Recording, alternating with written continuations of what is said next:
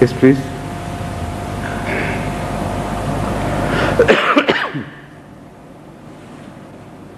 Assalamu alaikum. One brother asked if it is allowed in Islam to take a part from a dead body. Pardon? To take part from dead body. A part of dead body. Yes. And to transplant it into some living body. Ill or some living person. Yes, some living person. There is no harm at all. I see. Why should there be a harm?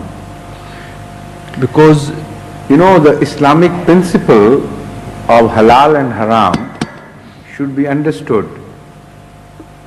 The principle is that anything which has more harm and less benefit is disallowed. And anything which has more benefit and less harm is permitted.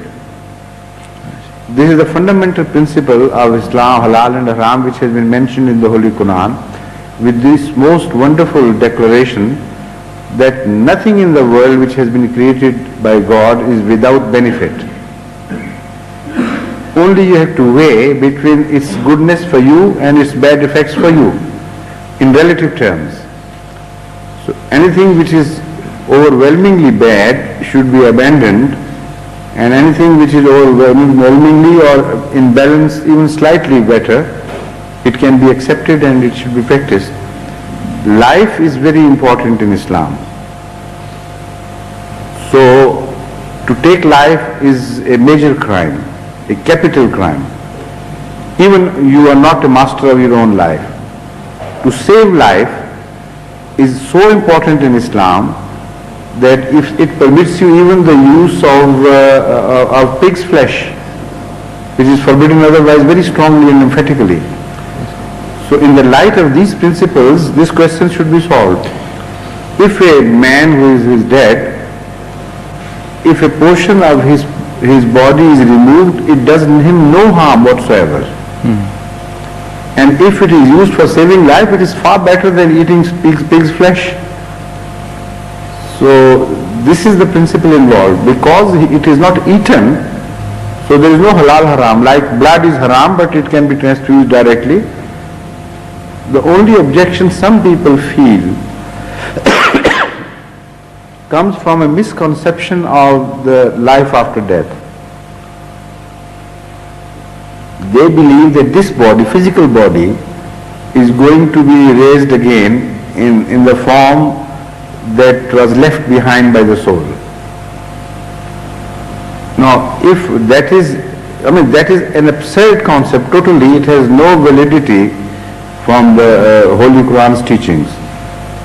In the teachings of the Holy Quran, there is no such mention of the same body exactly being resurrected, because there are verses which contradict this idea very strongly and tell us that we will be raised into forms of which we have no knowledge. فِي مَا لَا تَعْلَمُونَ وَيُنْشِئُكُمْ of some, I don't remember exactly the verse, but these are the words of the Holy Quran. You will be raised into something مَا لَا تَعْلَمُونَ, which you don't know. So if the same body was to be resurrected, why shouldn't we know it? It would be the same body. Again, what a heaven it would be, where the one-eyed man would raise as a one-eyed man, where a blind person would be given life as a blind person, where a man suffering from arthritis would wake up one fine morning with the same body suffering from arthritis, and an old man who dies in ripe old age, he would rise with the same old body. So what havoc would be played? All the uglinesses, all the shortcomings of this world would be carried into the next world. And is this the concept of heaven which we believe in? This is absurd. There is absolutely no common sense in this. And as I mentioned, the Holy Quran does not say that the same body is going to be found and we are going to live a physical life. It is a completely different world. This is why Rasulullah Kareem Sallallahu Alaihi Wasallam has mentioned it clearly, without any ambiguity, that heaven and earth, heaven and hell are such things of which we have no knowledge whatsoever. no eye has seen such things, no ear has heard. So if this is the same type of life, then everybody has heard. And what about sexual relationship then? And with the same body, if that is the body, then the same sort of spouses would be found there. And what about children? Everybody would be sterile and will have no issue. So all this, when you reconstruct it in the form as it is believed by the non-Ahmadi Muslim Maulvis, it loses sense altogether. So those people who are hesitant to give permission to the transfer of one person's body apart to another person are hesitant because of this concept of heaven and hell or revival after death. And we don't have such concept. So instead of that, all the parts going totally waste, if they can be put to some use for the living being, why not? What about the respect of the dead body as some other religious people from another religion, religious people, non-Muslims, yes, say that we have to respect the dead body. That's why we don't take any part from the dead body. No, the respect of dead body is all right, but not at the cost of the living body.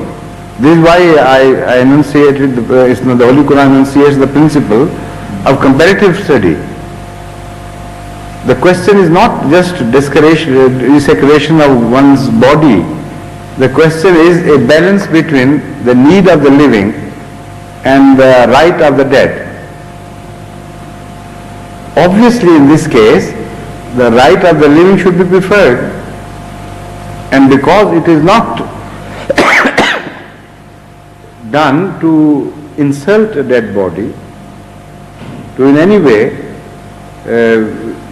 belittle the sanctity of the dead body, it is done for a good purpose, so no harm. Then it is the question if Islam allows this. So shall the yes, or the Holy Quran, though such practice was carried out, so you can't say Islam allows it. What you should say is that understanding the principles of Islam, one can see that Islam should have no objection against it. That is all we can say. Shall the doctor seek the permission of the family of the dead man? Of course. And it cannot be done without any permission from that will be stealing or theft. I see. Wali is to permit. Yes. Because even in the case of murder, Yes. Wali has the authority in Islam.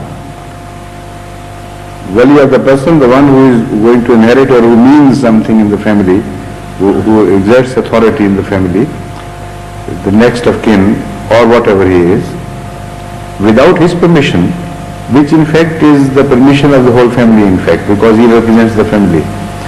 Without his permission, no such thing can be permissible. Jazakumullah. Please. Assalamu alaikum. Yes, please.